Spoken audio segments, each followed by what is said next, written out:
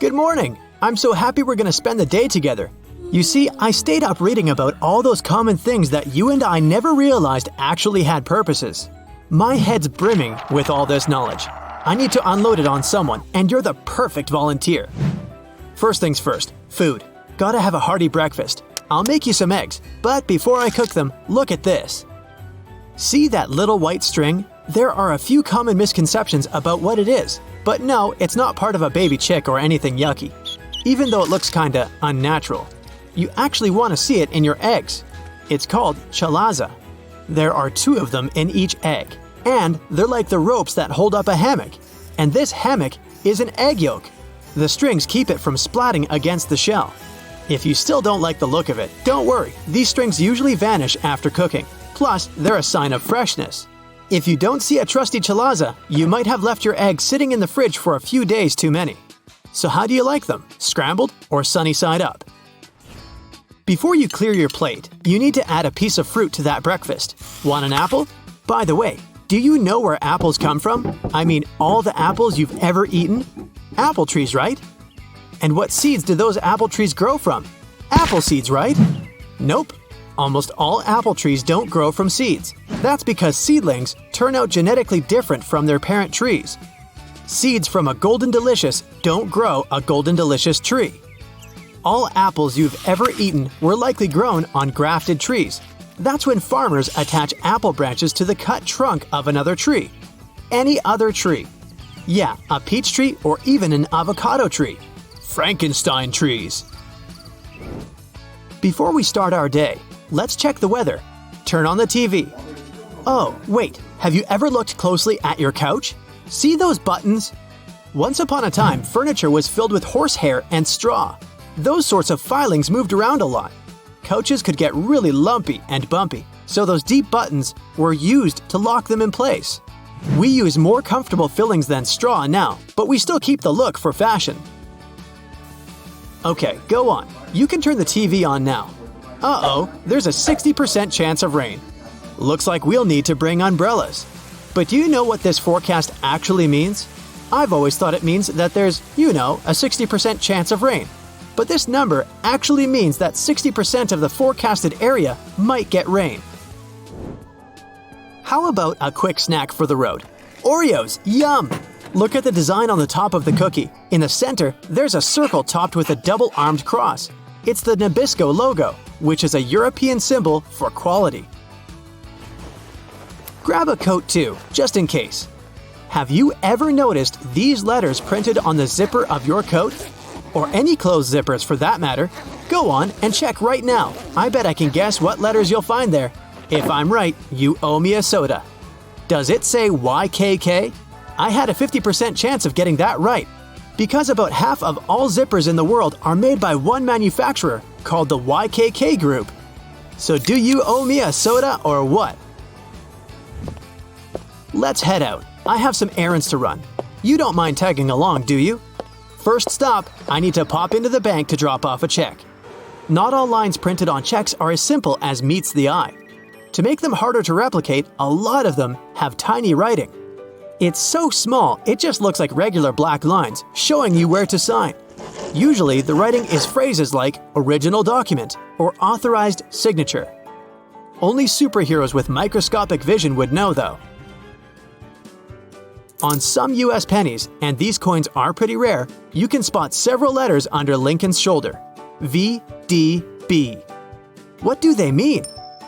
They're the initials of Victor David Brenner. That's the man who designed the very first penny and the exact same portrait of Lincoln that's still in use today.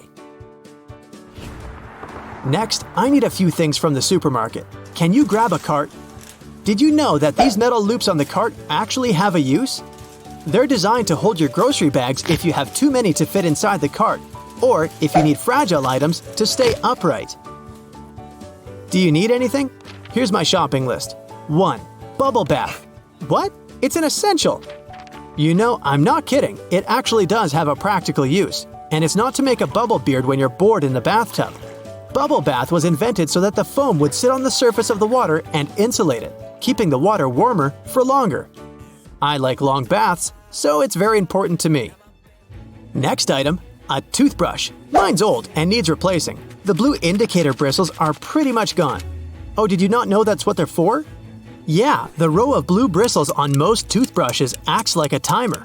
Each time you brush your teeth, they get thinner and thinner. And eventually, the blue color gets all worn away. That's when you know you need a refresher.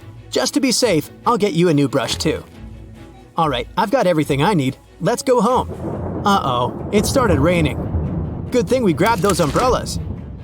It seems like no one really knows what the metal point at the top of an umbrella is for.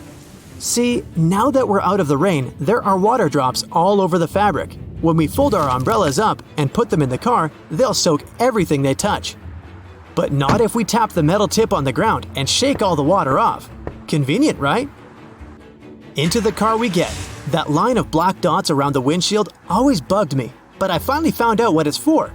It's called a frit. It shields the glue that bonds the windshield to the car from ultraviolet light. The dots, though, they just make it look nice. Let's turn on the radio and listen to some tunes. You probably see that symbol on the radio's power button pretty much every day. It's also on computers, microwaves, game consoles, and so many other things, but I never thought about what it means. It dates way back before most of the technology that uses it. Turns out it's actually binary code that says standby power state. Cool, huh? Well, those errands made me work up an appetite. Here's a deal. I'll do the dishes while you cook some spaghetti for dinner. Everyone always says it's impossible to measure out the right amount of spaghetti. It's so hard to figure out what one portion looks like. But none of us should struggle with it because there's a tool for this exact purpose right under our noses.